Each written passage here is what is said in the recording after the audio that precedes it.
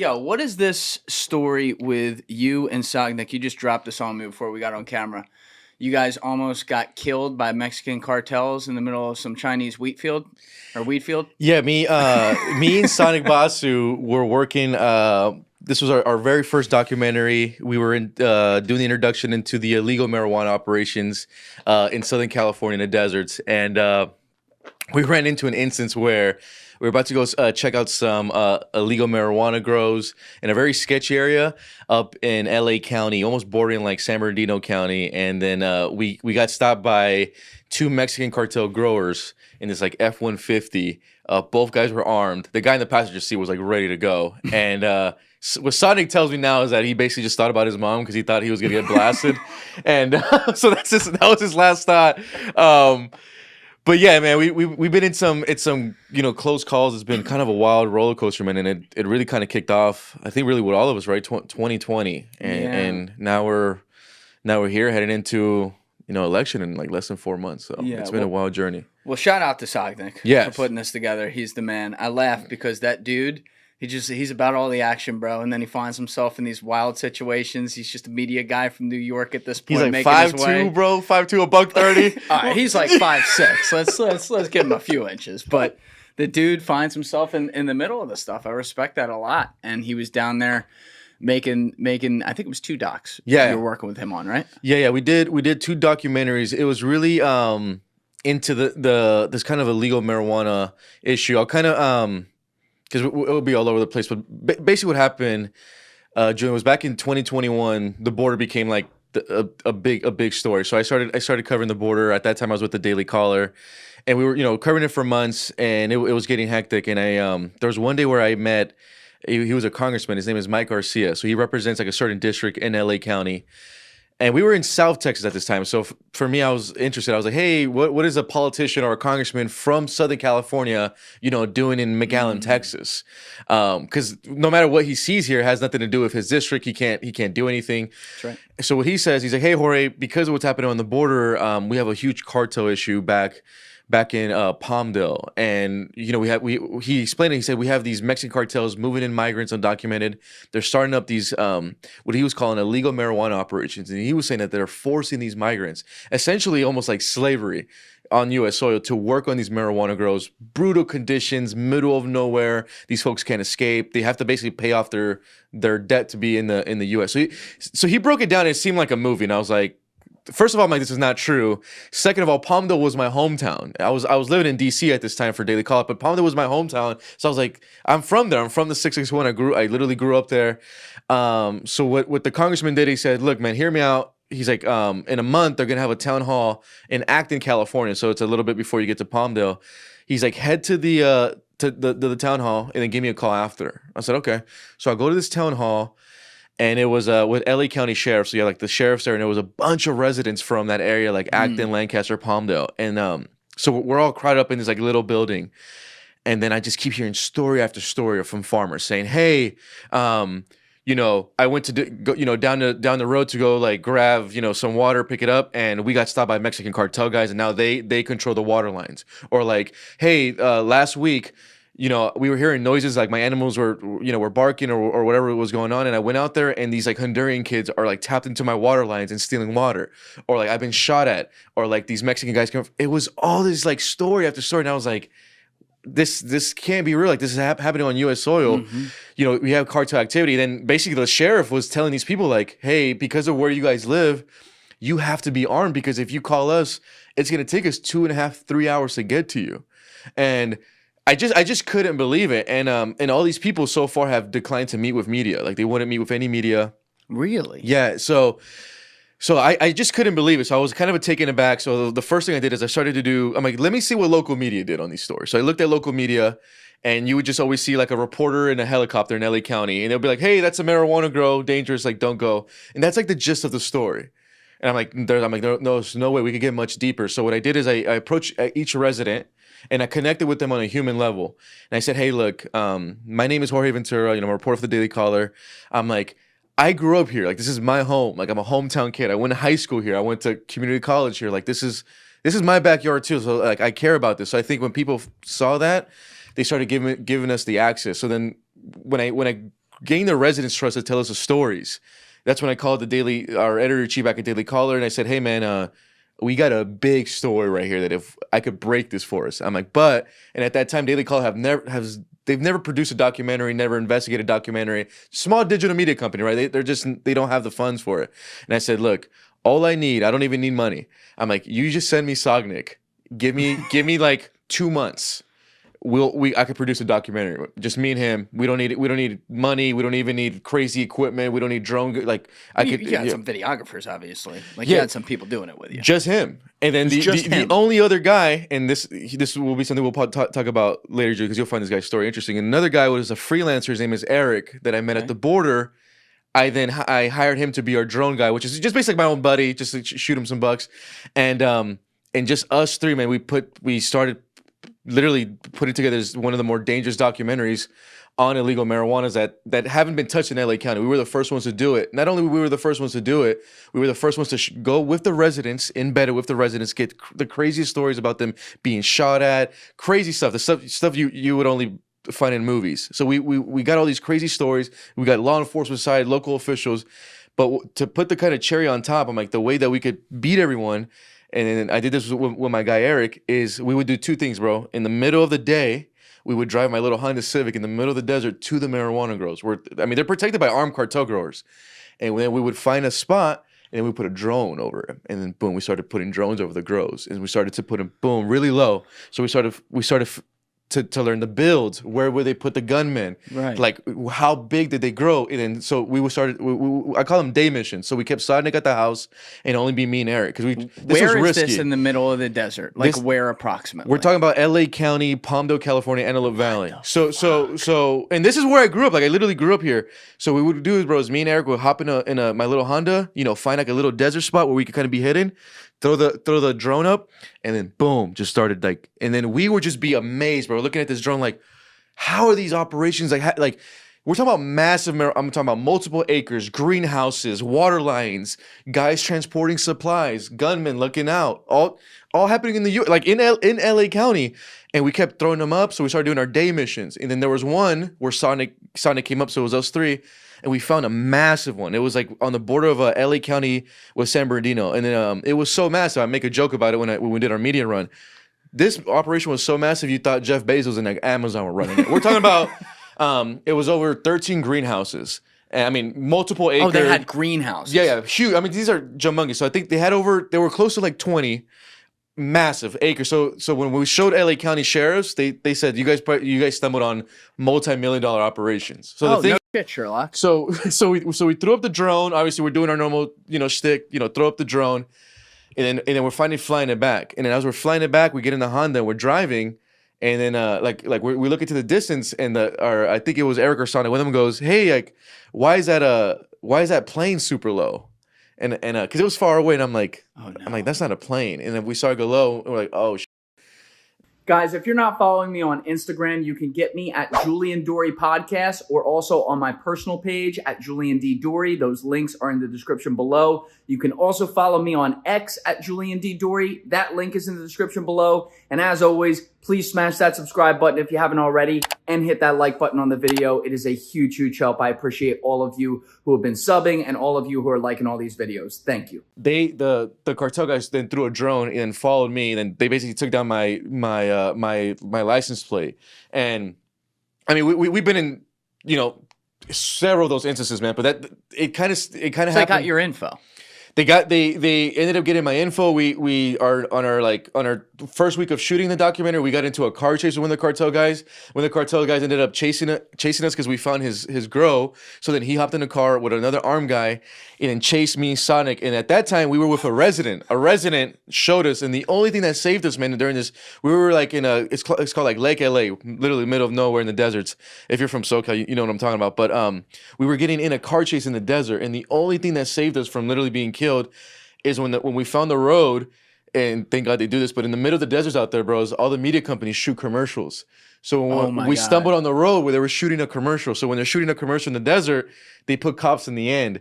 So the resident beelines it to the cop and basically does a U and was like, "Hey man, can we just be here for 2 minutes? We're getting chased by a grower. We'll explain later." Shit. So the cop's like, "Chill out. and then the grower just drives by, and then in the documentary, Sonic does a good job of when the grower drives by, he puts it in slow mo, so you could see the guy like armed. You know, he was after us, and basically, are you afraid that guy's gonna come back? Oh yeah, I mean, but we were so passionate. I mean, we were no. hungry I about mean, this. now they got your info. Oh yeah, I mean, now it's scary because now anything could happen. You know, obviously, and I don't post like my family and stuff, but I mean, basically, man, with literally no money, with no help, with no security team. You know, if Amazon did a documentary like this, man, they got a security team, they got helicopters, they got like 5 drone guys. You know, we didn't have that, man. So it's just with hunger, us 3, bro. We put a story together, and we were the first ones to break Mexican and Chinese grows in San Bernardino in LA County operating illegal marijuana grows and stealing water, bro. That's if you don't live in California, you guys don't know, but water is gold to us in the Golden State.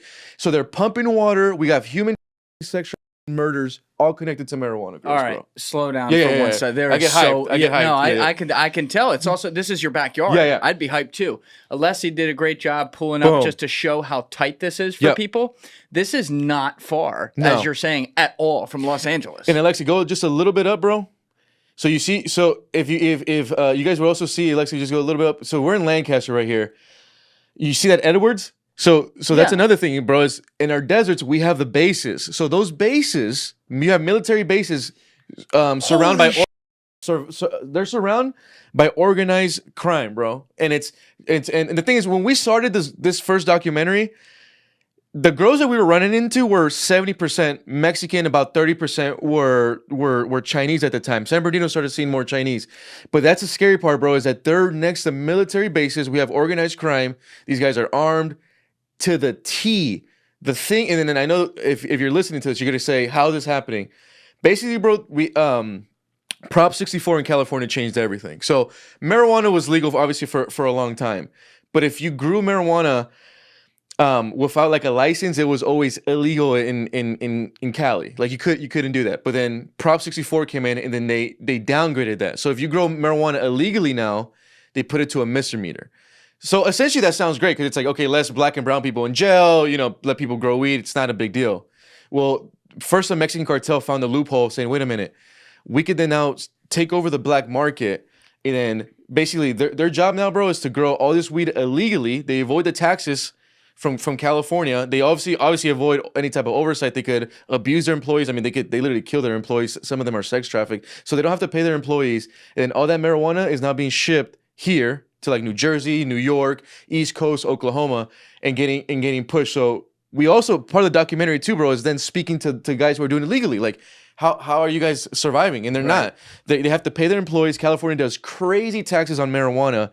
So right now, the bad guys are winning and the good guys, I mean, and this is my prediction, bro, from following this, probably the next 5 years, the legal marijuana industry in California will be borderline destroyed, or like it's not going to exist anymore.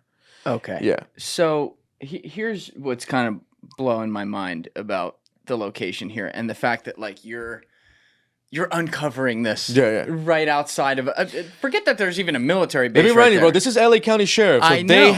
They have jurisdiction. Yeah. So when I was down in the Amazon earlier this year with my buddy Paul, he's protecting all kinds of acres down there. Once you get into the Amazon jungle, it doesn't really matter what the borders are. The government can't really do anything. It's a jungle. Like there's nowhere to go. Whatever happens out there it is what it is. So there was a point, like, you know, guys like Paul are on their own, obviously, to try to protect places where loggers and gold miners are coming in and illegally harvesting land. So there was one point where we snuck around the back of like a new base that they were building through the jungle, like, I don't know how, I don't want to say how close we got, but we were right on top of them, where there was just enough jungle between us and them that we could launch a couple drones and take it over the spot. And then actually, like a bunch of them were away right then. So we were able to drive it down into their little huts and get all the intel there. And this was really cool because it's the middle of the jungle. Of course, who else is going to do it? This is in LA County. Why do you have to take a drone out there yourself as a citizen and take care of this? Well, we could bring, I don't know, 700 SWAT teams right there and take it down right now.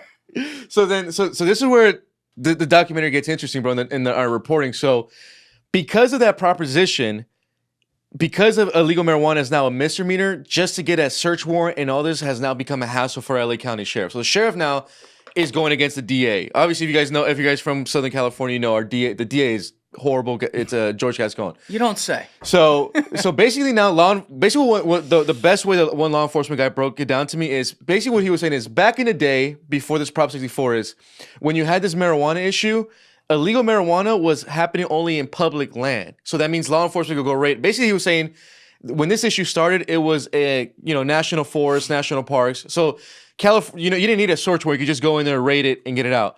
With Prop 64, what this law enforcement guy broke down to me is essentially you can now have organized crime use the Constitution against law enforcement because now they could grow it on technically their property in the middle of in the middle of nowhere. Now they need a search warrant. It's a whole ordeal. The other thing is these guys are also squatting on a bunch of land out there. So squatting. Yeah. So basically they'll find desert that's obviously been abandoned, and they'll just go in there and start putting shed and just build out the operation, knowing that no one's gonna bother them. And then what they do is by using violence and fear, intimidation, that's how you kind of anyone that could basically snitch on these guys or call, they kind of weed them out. So basically, what was interesting, man, is you got to remember this is happening in super rural communities. So if you have one house taken over by the cartel member, eventually they're going to take over that block because what they'll do is they'll use threats, they'll start to steal your water, and then they'll eventually push you out.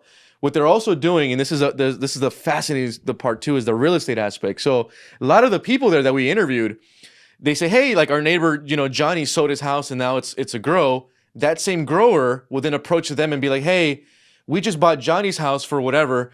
We see that your house is on the market for $300K. We'll give you $420K cash. We need you out by the 1st. Those people are going to take the cartel cash, dude, and they're out of there. So what was interesting about what we're doing is there's really so many dynamics to the story. That's why I'm so hyped, and sorry about them. I'm rambling. I love your hypeness, dude. That's great. And that's the one thing you think about too, bro, is also the real estate angle of these operations, of how they buy the properties, how they're they'll use threats to get people out. Even at the end of the day, if you don't leave, they'll just approach you and be like, hey, you're on the market, you're $350, we'll give you $470 cash out by the 1st. So then they're basically taking over neighborhoods. And then so that was our first documentary. It was called Cartelville, USA, and we kind of opened up this can of these illegal marijuana operations happening in the backyard, how they were basically using the laws against us, and how people were being sexually killed in the middle of the desert. There was one resident, she and her husband like to take these morning hikes on their hills out there. Oh, no. And essentially they went out there one day and they got stopped by a Mexican cartel grower, and he showed them a picture of their neighbor, and it was their neighbor who went up there gunned down. He was murdered in the truck, and they said basically, if you come up again, this is what's gonna happen to you. We've been watching you. That family actually had a special needs son, so they were like, we know that your son has special needs. We know this, and then they were like, we just don't, So that after that, they're like, we don't hike anymore. A lot of you got to remember too, a lot of people live out there, bro, because they have a different lifestyle, right? They like to ride quads, they do horses. Yes. That life has changed for a lot of people. What makes this kind of sad and the heartbreaking part is just that the American is that like a lot of the folks out there, and I connected with them, they're like old retired, couples, in their 60s and their 70s. They worked their whole life, they want to get away from the craziness in LA. They bought a home in the middle of nowhere. They're riding the horses, and then within 2 or 3 years, they now have literally Mexican cartel armed guys control. I mean, it's literally the Wild Wild West. While me and Sonic were filming it, every resident we would talk to, we would be like, you guys are armed, right? I mean, we're not. And they would be like, if you guys call the cops, they're not going to come out here. And if they do, it'll take them 3 to 4 hours, and you're not going to have the firepower that these guys have. So the amount of water stealing, man, that these guys are doing is insane. The water lines that these guys build. We interviewed one guy where he had a 2-mile-long water line on his property built, and it was pumping water every day. All right. As someone who's from California, speaking to a lot of people listening right now who aren't and don't understand this, can you explain the water supply in California and how this works and why this is such a huge issue so that we can really understand this? Yeah. Perfect. So like for right now, bro, we're in New Jersey, right? So like, you could turn on your sink, your water. Yep. It's a normal thing. So right now, California, and this is not new news. This has been going on. So for years, California has been facing a drought. So like every year, our local governments like alert us, like the residents, hey, you could use this amount of water. You have this for this, and then if you go over that, we're starting to get penalized and get taxed for it.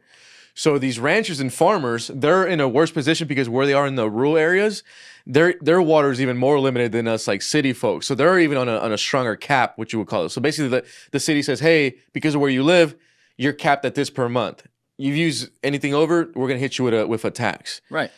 So what happens is when these illegal grows start these marijuana grows, obviously marijuana needs the water. What they'll do is in the middle of the night they go to these residents' homes, they'll get into the water line and they'll do an illegal tapping, and then they'll start to pump up water. So we interviewed residents, dude, where maybe their water bill every month is around like nothing crazy, like $200-$300. They have a lot of plants. $2,000, $3,000, $4,000, $5,000, and the water district doesn't care. Like they don't care that you got your water stolen, you got tapped. So then that became an issue. And then what they started to do is in LA County, we have about a little bit over 100 fire hydrants in the deserts. Is they'll go in the middle of the night, then they'll legally tap into the fire hydrant, then pump the water, and then bring it back to the plant. So actually, LA County sheriffs and the firefighters had to go out to all the fire hydrants and then started to put special locks on them. Isn't that enough for warrants? Like I'm just thinking about this. I'm trying to think like other detectives I've talked with who discuss ways to get in. If number one, look at the electricity bills on these warehouses. If they're insane, you can fucking go to a judge. He'll let you in there. Step two, go look at what they're doing to water lines. Okay, there's fucking 6 fire hydrants that have been plundered within a 10-mile radius. I wonder who did it. Like why is the only thing my mind can get to is that the cartels are paying off the cops. And that's what a lot of people, allude to. And it's the situation is messed up when you talked about city council, because it's like it'll be like one guy sees it as an issue, and then the other don't see it. I think the assemblyman that we talked to was Tom Lackey from Palmdale. He was like the only assemblyman, at least for him, that saw it as an issue. The other ones, the big thing, man, with this is we talk about marijuana. So the thing is, you think weed, it's already like, oh, it's just hippies smoking a couple joints. That's how we look at weed, right? If I said, hey, these are fentanyl operations, you're like, oh my God, we got to take them down. But because they're weed, it's almost looked like, oh, it's just weed. It's not a big deal. And people don't know this kind of criminal underworld enterprise that has literally popped up and has now literally taken over the Golden State. I'm telling anyone listening to this, go talk to a legal weed grower in Cali. They're not surviving. They can't make it. They've been trying to write to Governor Gavin Newsom about this. So this is an issue that's been on the governor's desk. So it's been a huge deal, man. And like I said, I'm just a border reporter guy, dude. I accidentally stumbled on this issue, and I'm glad Daily Caller gave us the tools, and then we put on a full documentary. We marketed it. We got the word out. And what was interesting, man, is we put the documentary out, and then 2 things happened after the documentary. One was there was a resident that we interviewed in the documentary that was selling their home because of the gross. We kind of tell their story. At the end of the documentary, they by the time we put it out, they've sold their home and they were headed to Oklahoma. They were headed to Oklahoma. So then one day, the couple's name is Gary and Susan. So one day I get a call. Hey, Jorge, how you been? Whatever. It's Gary and Susan, and they're like, hey, you're not gonna believe what happened. And I'm like, hey, what's going on? They're like, well, we're in the process of moving to Oklahoma, and we're here now. We stopped at a little hotel for the night, just to rest up before we make the final drive, and the hotel is owned by a sheriff. I said, okay, and they said, I guess him and the couple and the sheriff started talking. So the sheriff's like, what brings you to Oklahoma? And they go like, oh, we were growing up in rural California, super beautiful, but then our hometown got taken over by cartels and this whole marijuana problem. And so the sheriff tells them, well, I hate to break it to you, that issue has reached here in Oklahoma, but it's all Chinese. So they were my first lead into that one. So then the couple calls me, lets me know about this Chinese issue. They gave me the sheriff's name. I said, oh, okay, that's interesting. That's something I'm gonna take a look at.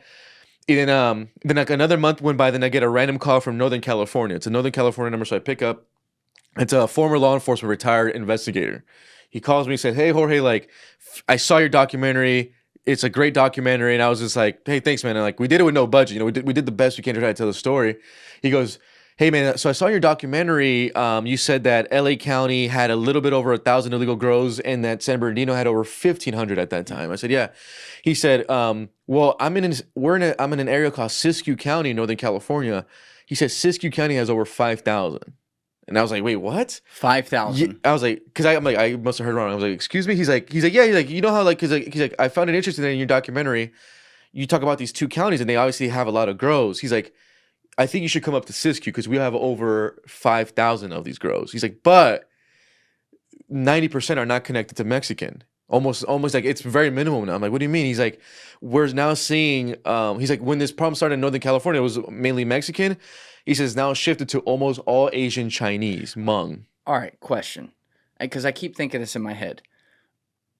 We all know at this point that since the fucking 80s, different cartels and different drug organizations have all, it's not to say like there's not a huge market for marijuana and they're not in it. Of course they are. But like their focus is more on the higher margin stuff, cocaine, heroin, obviously fentanyl and shit now. Why are the Chinese getting into weed, the lowest margin business? And it's also, it's huge. You have to make enormous fields for it. It's not to say that you don't have that with other drugs, but like it draws enormous attention and you know, you have to get a lot of real estate to do it. Like, why are they choosing this business? So from our investigations and like the close sources that we worked with, at some point, like, and this is something that we're still working on, but at some point there have been agreements with Chinese kind of, if you want to say organized crime, and then like Mexican cartels, where there was this agreement where the Mexicans are going to essentially let the Chinese have the black market marijuana industry. In exchange, the Mexicans would then get fentanyl precursors. That's what they really want. Precursors. Because they want the chemical precursors to make fentanyl. For the Mexicans, they've used fentanyl as a big buck because it's super cheap to make. You know, the smuggling they got all that down. So what they want is they want those Chinese precursors from China. What the Chinese then want in exchange, this is from a guy from law enforcement contacts and the investigations we've been doing, and what the Chinese want in exchange is they want the cartels to help them be smuggled into the U.S. undetected, which they could do, and then they want the black market marijuana industry. So there's kind of been this agreement. That's why we've been. And then the crazy thing, Julian, at this time that we're filming this marijuana stuff, I haven't started covering. I mean, I've already been on the border, but the Chinese migration hasn't been the story yet. Like we haven't been hit by that huge wave that we're seeing now. So this is kind of the early stages. We're gonna get there. Yeah. So like I said, like this guy calls me. He lets me know about this issue in Siskiyou County, and then so I start to ask him more about like, what do you mean Chinese and I've never even heard Hmong, I guess, you know, and everything. So he breaks it down and he said, hey man, over the last few years, we're having a huge influx of Chinese citizens with Hmong citizens move into Northern California. We're talking about communities in Northern California that are majority white, Hispanic. You know, it's farmers up there. That's really farmers, ranchers in NorCal. He says we're having Chinese and Hmongs come in. What they're doing is they're buying what they call them is a property out there, as they call them parcels. They'll buy a parcel, but then they'll also cut it in half and make it like a sub, and then they'll but they've basically been bringing more family members. So basically in one residence, you have like 10 or 15 Hmongs living in this one residence.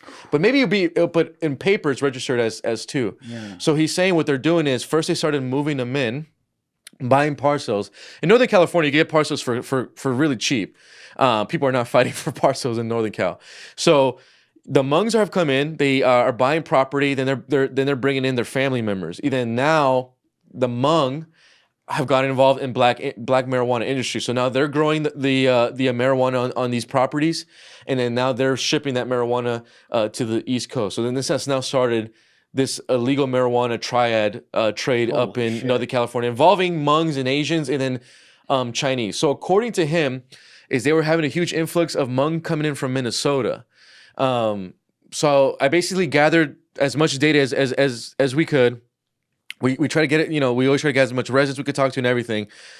I talked to Sonic. I said, hey man, I think we need to go up there. I talked to Daily Caller, and then what Daily Caller did is like, hey man, you go up there by yourself for 2 weeks, and then you come back and tell us everything, and then we'll see if we're gonna investigate it. So I go up there for 2 weeks, and I'm used to what I heard in the desert, so I know what to expect, but it was at another level up there. So first I meet a firefighter, and he goes, hey man, because of the marijuana grows and because how armed these guys are, he gives me a map. He's like, these are all the residents or the neighborhoods we can't go to on a 911 call. So it's like, if there's a fire, we don't even attend, because he's like, there's literally Asian guys with like AKs now that they shoot at us. They do. He's like, now America. in America. So the way he explained it, saying the only way they could respond to a 911 call, they now have to call the sheriff of Siskiyou County or whatever, and the sheriff has to accompany that firefighter, or they just won't do it. Amazon, there's a bunch of they broke it down, a bunch of neighborhoods up there. Amazon won't deliver it anymore. UPS can't send any workers up there. They'll send a drone. Ambulances. So same thing. Like they got a 911 call. Ambulances can't go up there. So it just started, little by little. Then we met a teacher up there who owned property on a mountain in NorCal. And so she was telling us that she went on a summer vacation. And then during that summer vacation, essentially what happened was a bunch of Mexicans and Chinese moved into that property, tapped into the water lines, and then actually camped out there. So they actually built huts and camps on her mountain and tapped into the water every day. So while on summer vacation, she just calls her son. She says, hey, Bobby, can you just go check on the property, make sure, blah, blah, blah, whatever. So according to her son, and I spoke to both of them to verify the story, according to his son, he drives up, and then when he went to go check the water tank, saw like 4 or 5 Mexican guys armed. Obviously, they were tapping into the water line. He just immediately did a U and had to call law enforcement. And then law enforcement went up there a week later and cleared out. Those guys were already out there. So we went up there after to see the aftermath, just to see all the lines was interesting, to see the huts, so to see how like these guys were living was fascinating. And then the worst part is that she was telling me that at the end of this whole thing, Cal Fish and Game actually billed her for the environmental damage. That's another part of the story. Oh, they billed her for what they did. Yeah, because technically, that's nice. All of that, because because the thing is, these guys also bring in these chemicals from Mexico that are banned here in the U.S. to put on the weed because they don't want the animals to eat them. So she ended up getting billed for them like over $30,000 by Cal Fish and Game, and it was just like I said, bro. It was just crazy how this just kind of kept opening up, and it was just such a big story that me and Sonic, just like I said, we kept pursuing it. We put a second documentary out from Northern California. That was when I was telling you before. John Norris, who was the original Cal Fish and Game guy. For those who don't know, John Norris back in around 2003. He gets a call that from a rancher. You remember, Cal Fish and Game just deals with animal stuff, rancher stuff, nothing big. It's hilarious how like these random ass government organizations that no one thinks about suddenly like fall into some crazy story like you're gonna tell right now, and then they're like, "Well, it's all yours, boys. Get your guns, have fun." So John Norris back in like 2003 gets a call about water being diverted on a river from a rancher. So this rancher goes, "Hey man, I have a river here. My animals get water from, but it's being diverted." But he's like, "I've been following the diversion, but it's so far. I called you guys." So John and his partner then follow this diversion, and then ultimately it leads them to a field with 2,000 marijuana plants. And according to John, it was being guarded by Mexicans with AKs in kind of military outfits, so basically camouflage outfits. So they were definitely hiding from some type of entity. So John goes, reports it. They tell him to do a follow-up investigation. They go and they raid it. They take down the grows, whatever. And one thing that John notices really early on is that the amount of chemicals that these guys brought in and all the environmental damage they have already caused. Because law enforcement, because he's bringing in the law enforcement from North Cal, they only care about the criminal aspect, right? But John, as a Cal Fishing Game guy, he worries about the environmental damage. So that's one thing that he picked up on. And according to John, when we spoke, he said a couple months later, he stumbled on the second one, but with his partner, that his partner got shot in between both of his knees. So John, with his partner with Cal Fishing Game, waited for a helicopter to be saved for about 3 hours. And it was then Cal Fishing Game got together with law enforcement and be like, "Hey, this is a bigger deal than just water diversions or growing a weed plant." And then John Norris essentially is the first guy to ever start raiding these illegal marijuana grows, and he developed what's called the Delta Team for a Cal Fishing Game, which is essentially a sniper expert marijuana eradication team that goes in there, raids these grows. They're trained to go combat with these Mexican guys, AK-47s, rescue missions, and so I'm in, when I was in college, I found out about John through John. I'm listening to Joe Rogan, and John's on there, and I found it interesting. I'm being a California kid, like, what the heck, cartels, marijuana? But I didn't think of anything of it. I was 22, years gone by. And then John reached out to me because he actually watched our first documentary and he loved it. And then he actually collaborated in the one in Northern California. So the great thing was to have John with us, to have a real expert on the ground. And he could just all the stuff he was seeing, he says that he saw in his early days, but now that it was times at 100, he said the whole growing on the properties makes it just so much harder for law enforcement. And he was so, I think the other angle too now is that the border wasn't an issue when John was working the way it is now. So just the influx of migrants that these guys could bring in who could work was fascinating. That first firefighter that we interviewed, he actually rescued 3 migrants that were being basically like held captive on one of these marijuana grows. So he shared those stories. So just to have John with us was fascinating and grateful for his expertise too on top of it. What year again did he first? This was in 03, and then John collabs with us on this documentary in 2002. So even 19 years later, or 2022. Yeah, 20. Like he said, like the problem is 100 times worse. Now at that time it was strictly Mexicans. Now you have the Chinese, the Asian, and then like I said, we're further investigating. And the great thing with Siskiyou County sheriffs and San Bernardino did this with us too, is they gave us access on the raids, which was like key. So like on the day of the raid, it was crazy because like we hop in with Siskiyou County sheriffs and we're like driving in the dirt roads, and as we're heading to the grows, all the Hmongs are leaving their grows because they know they're about to get raided. So all these Hmongs are leaving. But there's still workers on these grows. So as soon as we get on a grow, like these guys raid it, and there was a couple of workers, they go bust them. And obviously the first thing me and Sadiq want to do is we want to talk to these workers because it's like we want to find out more on the story, right? It's like obviously we could find out as much as we can through law enforcement and all this stuff, but let's talk to the actual workers.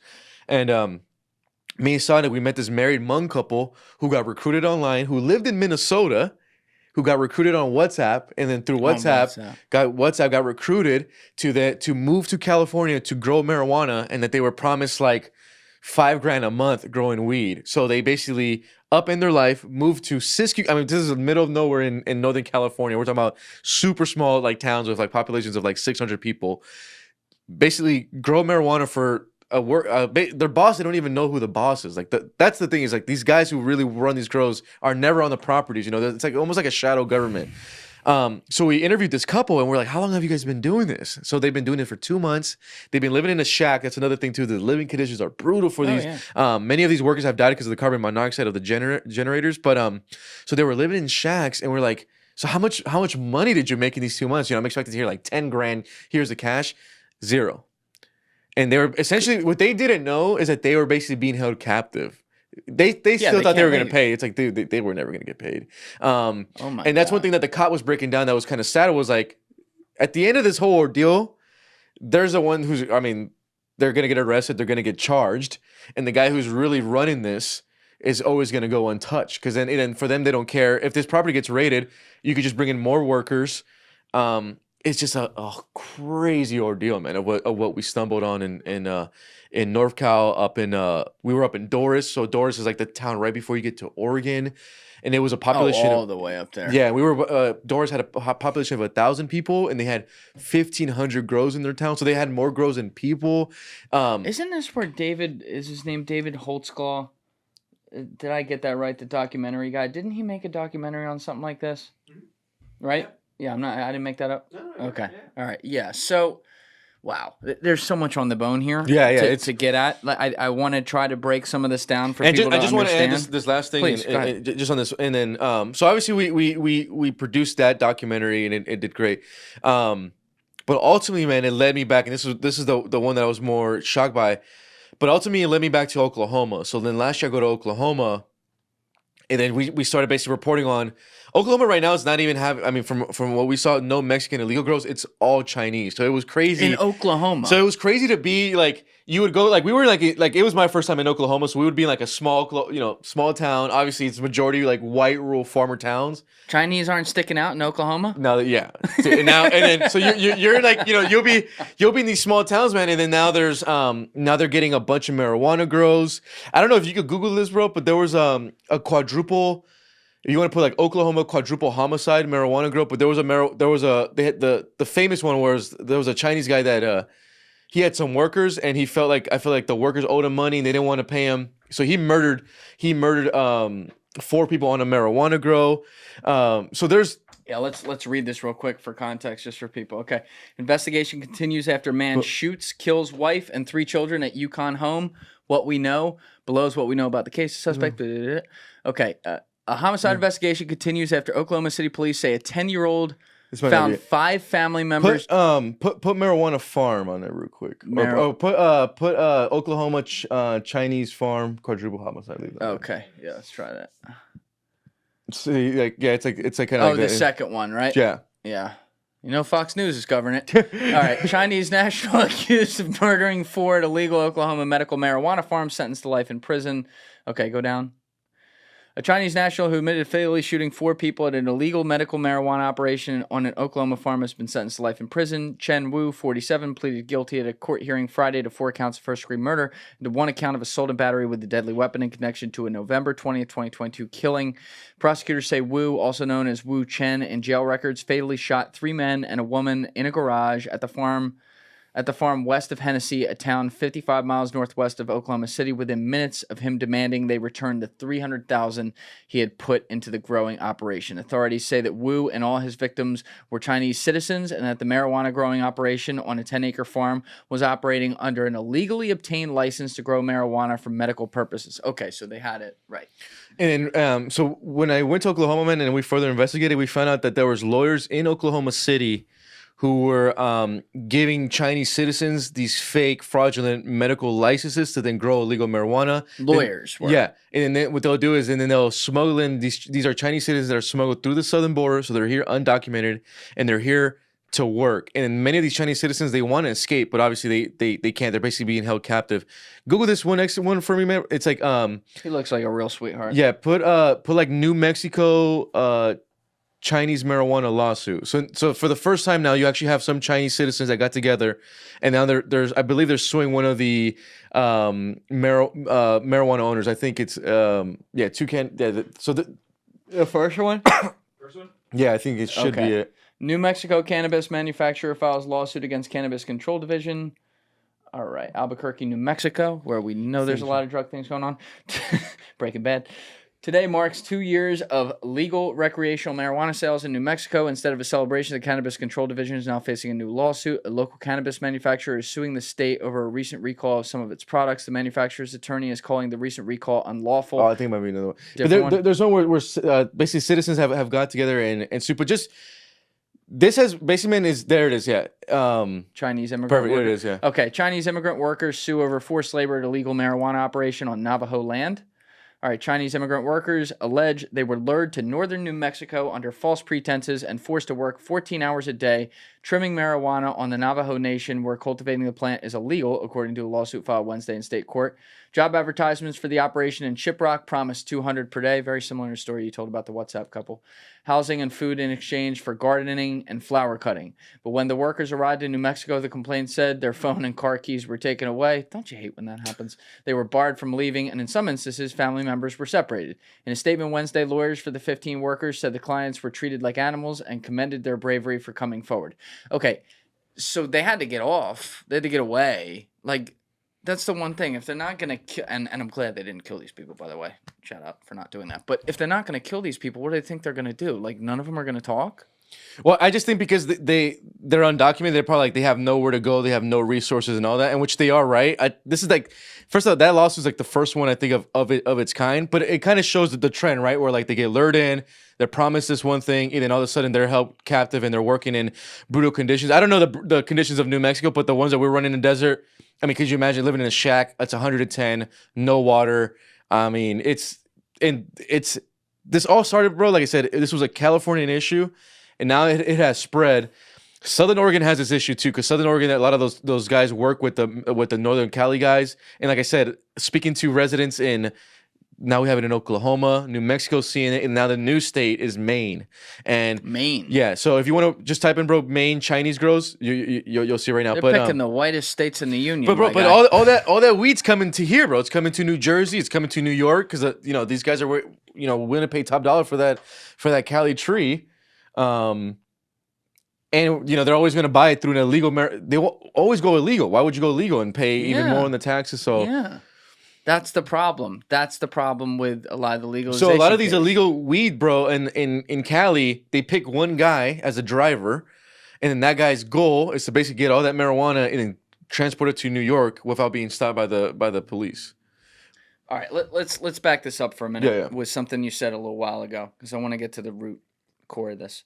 So you were saying that in exchange for some of the products to put together fentanyl, that's why the cartels are making a deal with the Chinese. So there was this guy, Ben Westoff, who wrote a book called Fentanyl Inc. You ever read that? No, but I have heard of it. I heard Right. it. Yeah. So he was on Joe Rogan in like 2019. It was a great conversation. Essentially, this guy was like a pop culture reporter. Like he wasn't reporting on drugs or anything like that. I forget what it was, but he was assigned some story on something maybe in the music industry, and somewhere along the way, one of the people he interviewed made some offhand comment about fentanyl or whatever. Long story short, this guy starts asking him about it, learns more about it, starts looking into it himself. Can't believe what's going on here. Like, holy shit, like this is exploding. And ends up writing this whole book on it. And as a part of that book, Savage, this dude literally went alone to China by himself as an undercover agent and just wanted to see how easy it was to get shit. And it was a joke. He walked out there with whatever he wanted. I can't remember he had to ship it home or whatever, but But like, it was easy, yeah. easy. So some of when you say that, I'm like, wouldn't it be easy for the cartels if this guy's getting it? Maybe it's more complicated? It's got to be more complicated than that. But in my head, I'm like, probably huge amounts. but still, like I feel like there's got to be an easier way. That said, at the same time, the contra argument there is that, you know, given some Chinese nationals or internationals coming in as immigrants, some weed fields is a small price to pay. And what was crazy, man, is when we were doing the marijuana reporting, I've been covering the border. I was covering the border before marijuana. That's how I stumbled on it. But we weren't hit with that Chinese surge yet. Yeah. And we were putting out a lot of this reporting in 22. In the Oklahoma one, we did it early 23. But then early last year, I get a call from a Texas DPS, which is a Texas state trooper who works on the border under Operation Lone Star, it's called. So he calls Operation Lone Star. Yeah, so Operation Lone Star is Governor Greg Abbott's basically him putting the state police on the border, saying, help these guys out, stop fentanyl, stop criminals, get on it. So I get a call from a Texas DPS agent around, this is, I would say, January, March 2023. And he goes, hey, Jorge, I'm working here in the Rio Grande Valley, which is the RGV sector. And he goes, hey, man, for the first time ever, we're getting Chinese in South Texas. And I'm like, interesting. He's like, but it's not just the fact that we're getting Chinese. He says, we're looking at our numbers. He says, we have a 900% explosion in Chinese national now apprehensions in Rio Grande Valley, Texas. So I said, he's like, I think you should get down here if you can. So we get down to around McAllen, Texas, like I said, early 2023, and we look at the numbers, and we saw that like I think in all of last year, Texas got like maybe 10 Chinese the whole year, and then now we're seeing that in 1 month they got like 1,100, and it was like kind of consistent. So that's where the guy came in. Like I said, we're seeing a 900% spike. So we hit the ground with him, and you know, we're doing our thing, and boom, we start running into Chinese guys. And I was like, I couldn't believe it, because I'm like, he's so right. Because at first I'm like, it's got to be rare. We're not going to see any Chinese. It's going to be like Venezuelans as always. Nope. In McAllen, running into Chinese. And so first, man, obviously we're trying to put an investigation together. Obviously, we don't speak Mandarin, so we're gonna have to use Google Translate and things like that. So we started piecing up things. So one of the first things that we learned instantly, this is through Texas DPS intelligence too, is that the Chinese, the reason why the Mexican cartel loves the Chinese migrant smuggling is because the Chinese are willing to pay cartel up to 35 grand to be smuggled into the U.S. Whoa. Where a Venezuelan, the most they could probably pay is maybe up to 6 grand. Yeah, you know, like in that range, they're not getting up to the tens or whatever. So then you have that aspect where these guys are willing to pay 35 grand. And then one thing you notice straight off the bat with the Chinese is that they look clean. Like they don't look like they trekked through a country. They're not, you know, like when you run into a Venezuelan or any other nationality. I mean, they trek through Mexico. They've been living on the street, whatever.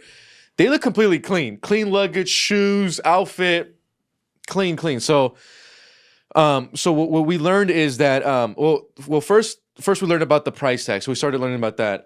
Then I started doing interviews. See, that's in Maine right here. You guys see, Justice Department says Chinese cartels may be taking millions off illegal cargoes in Maine, dude. So then we started doing interviews on Google Translate and about, how are you guys getting into Mexico? What's the apparatus here? Because every nationality is different of how they get into the U.S. So we started learning through Google Translate with the Chinese. We're thankful that they were just open with us. Is many of what the Chinese were telling us is they have to fly to Ecuador, because Ecuador does not require travel visa from Chinese citizens. So a Chinese citizens, if they want to come into the U.S. in this migration journey thing that we're seeing, is through smugglers, with Mexican smugglers, with smugglers also in Colombia and Ecuador, and through WhatsApp, and through the Chinese one is WeChat, is they basically got coordinated in all the directions and tips. So basically the goal for Chinese, you first fly to Ecuador. Ecuador does not require a travel visa from a Chinese citizen. So it's not even a hassle. You fly right in. Once they fly into Ecuador, smugglers, and it's already coordinated in their chats, will then get them to Neocoli, Colombia. From Neocoli, Colombia, they have hotels just for Chinese migrants. So oh my god. yeah, so then the migrants will stay there in Neocoli, Colombia. Some will go through other different parts, but mainly they have to get to Neocoli, Colombia. From Neocoli, Colombia, they get on boats. I don't know if you want to just put this on Google Maps so you could see it. Just put like Neocoli, Colombia, Chinese, or any of that. So from there, the Chinese get on boats. Those boats will take them to Central America. They'll basically get to Panama. From there, the Chinese are going through the Darien Gap, which is, I think your viewers probably know, it's probably the most dangerous journey in the world, according to the Panamanian government too. Why is that though? Because all the kind of like narco criminals that control that jungle. It's just like the stories that we hear from interviewing migrants, the amount of dead bodies, the women that are constantly raped there. There you see a lot of the trees, so that's where you see like the trees with all the women's underwear there. I've done interviews and seen these videos myself to verify where migrants are literally walking over dead bodies in the Darien Gap, even kids, which it's tough to see. So it's super dangerous to go through. But the Chinese will take a boat from Neocoli, Colombia. They'll get to around that Panama area, and then from Panama they will go through the Darien Gap on foot. So even the Panamanian government, if you look at their records, has a record number of Chinese nationals because they have it registered of going through the Darien Gap. Once they go through the Darien Gap, we'll talk about this later too, bro. Nicaragua plays a key role in our immigration crisis because Nicaragua allows irregular migration to the U.S. and they know it too. They'll allow the Chinese to go through. They'll make it obviously to Guatemala, and they'll get to Tapachula, Mexico. So once they cross into Mexico, the first big border town for them is Tapachula. Technically, migrants are not allowed to go past Tapachula without a travel document because then they're technically in Mexico illegally. What Mexican officials are doing, and they're playing a role in this migration crisis, is they're issuing migrants, I'm doing this in air quotes, a humanitarian visa pass. Oh boy. So this humanitarian visa, normally it goes for 30 to 60 days. So this humanitarian visa technically it allows you to be in Mexico for 30 to 60 days and allows you to travel. The only reason government officials are issuing these travel visas is because they know these people are not going to stay in Mexico. They're headed to the U.S. So basically saying, here, just go. Just get to the U.S. Dump it over here. So Chinese migrants are giving these travel visas, and all the nationalities, other too, but we're just talking about Chinese right now. Is they're giving these travel visas. From there, the Mexican smugglers through WeChat and WhatsApp have already coordinated their travel path. So the majority that we're finding out right now are either from Tapachula will get into Cancun or get into Mexico City. From Cancun to Mexico City, they'll buy flights directly to Tijuana, Mexico. From Tijuana, the smugglers will then meet them at the airport, and then they'll take them an hour out of Tijuana in an area called Tecate, and they'll cross illegally into the area that you saw me earlier in, Jacumba Hot Springs, right out of San Diego. So that's kind of the what we learned through our interviews was this all starts in Ecuador. They up to 35,000 they're willing to be paid, and then as soon as they get into Mexico, government officials issue them that travel visa, so then they're freely allowed to travel. And then the smugglers have already coordinated the flights. They'll be like, hey, from Tapachula, we need you to make it to Cancun or Mexico City, and then from there they'll get to TJ right out of Tecate, and then into Jacumba Hot Springs, and that's kind of the migration trail for Chinese right now. It's interesting that it starts in Ecuador. I just had Luis Navia in here. I think you were saying you checked out that episode. So one of the things he was telling me, I can't remember if he talked about this off camera or on, but either way, he's really wired in to this day to where shit's going down and whatever, because like he's worked with the government forever now. And he was like, Ecuador is a fucking mess. He's like, that's the next like cartel gang takedown spot. And I forget some of the details he was telling me. I think obviously some of it had to do with their government or whatever, but that's interesting that China would pick that as like the jump off point. And some Chinese men actually fly to first. They'll get to Istanbul, Turkey, and then some are getting issued fake documents in Turkey, and then will then fly into Ecuador. How do they get issued fake? Like, is it like ID chief? Yeah, like what are they getting? Well, it's literally like fake passports to just bypass, literally just getting on an airplane, and then I mean we find this more later in the reporting, but this, like I said, back in 2023, this was early on in Texas, you know. Okay. So we learned about the Chinese migration. Like I said, we learned about how they're coming and little other things, which we found interesting. And then late last year, early this year, it just made a huge push into Tijuana. So then we started going to Tijuana, and then we started learning more about how the cartels were smuggling the Chinese there, making big bucks. But one thing that we noticed on the Tijuana border particularly is that all the Chinese will destroy their documents on the Mexican side or right on the border. So then when Border Patrol agents apprehend them, they have no documents. The vetting is super difficult for Chinese, because one thing you guys have to remember, if you're a Border Patrol agent and you vet these guys, you could really only go off information in the US, which if these guys have never been, you don't have that. But what about the migrants though too? A lot of them haven't been, right? Yeah, but this is particularly just the Chinese. The other thing here is China's government does not share a database with the U.S. So if you're a Border Patrol agent, and let's say you come across this guy from China, and he's a communist soldier over there, or whatever the case is, you don't know. He could be a criminal in China. We don't know. So when we do the vetting, we don't know. So then we were in that area, Jacuma Hot Springs, and reporting on all this Chinese movement and Chinese migrants and stuff, and we speak with sources inside Border Patrol. One thing that they tell us, they say, "Hey man, just letting you know, like we're getting so many migrants, and with the Chinese, he's like, we're essentially releasing these guys in 72 hours into the public. So you have Chinese citizens coming from, and all over the world right now. Like some flying in from Istanbul, some from China, some will fly into Thailand and then to Ecuador. We don't know who they are. They're not being properly vetted. These are Chinese. This is technically like a foreign adversary." And we're releasing these Chinese citizens into the public within 72 hours. And we don't know what these guys are doing. We don't know anything about them. Many of them now, dude, are getting involved in the marijuana stuff.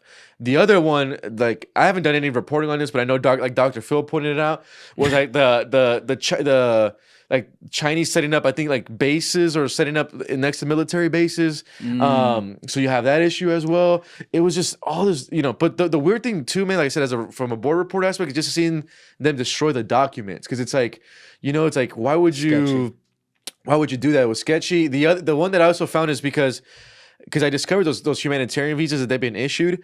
Some of the Chinese citizens have actually, that we discovered, have been issued permanent residency in Mexico. So technically, you technically found asylum, because in U.S. law, if you apply for asylum in another country, you're good. Like you can't even apply with us.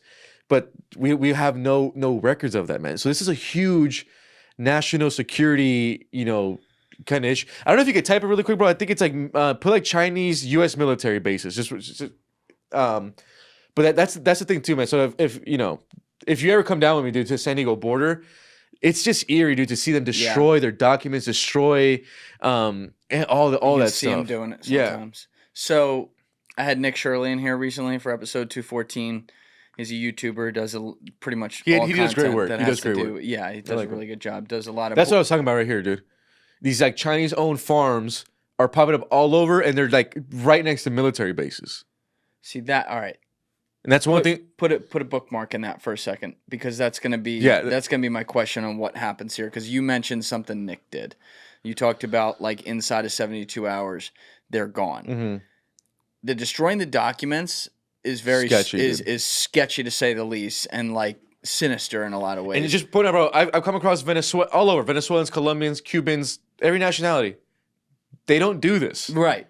This is like solo. Strictly a Chinese thing. Hey guys, if you have a second, please be sure to share this episode around on social media and with your friends, whether it's Reddit, Instagram, Facebook, Twitter, doesn't matter. It's all a huge help. It gets new eyeballs on the show, and it allows us to grow and survive. So thank you to all of you who have already been doing that, and thank you to all of you who are going to do so now. So Nick was able to recover the directions that a lot of these guys are coming here with, which are written in Chinese, and he had it translated into English. And we're not going to pull it up and read the whole thing. That was in episode 214. I want to say that was like an hour 40 minutes in, hour 45 minutes in, something like that. But like the layers to the directions of what to do the minute you get to the border, and every single thing that happens all the way to they go to fucking Kingdom Come and we have no idea in the country where they are, is insane. They have contingencies for contingencies for contingencies where they're also using our legal resources against us. So let's pull it back to the map that you were just talking about right here. Whatever this is, and I'm less familiar with like, I haven't seen this map before. I've heard what you're talking about, but I got to look into this more. They end up at places like this because we lost them 12 layers ago, because at part 7 of the directions of 24, they were good. Haven't already subscribed, please subscribe and hit the like button on this video. It is a huge, huge help. And if you'd like to check out this clip's full podcast episode, that link is in the description below or right here. And finally, you can follow me on Instagram and X by using the links in my description below.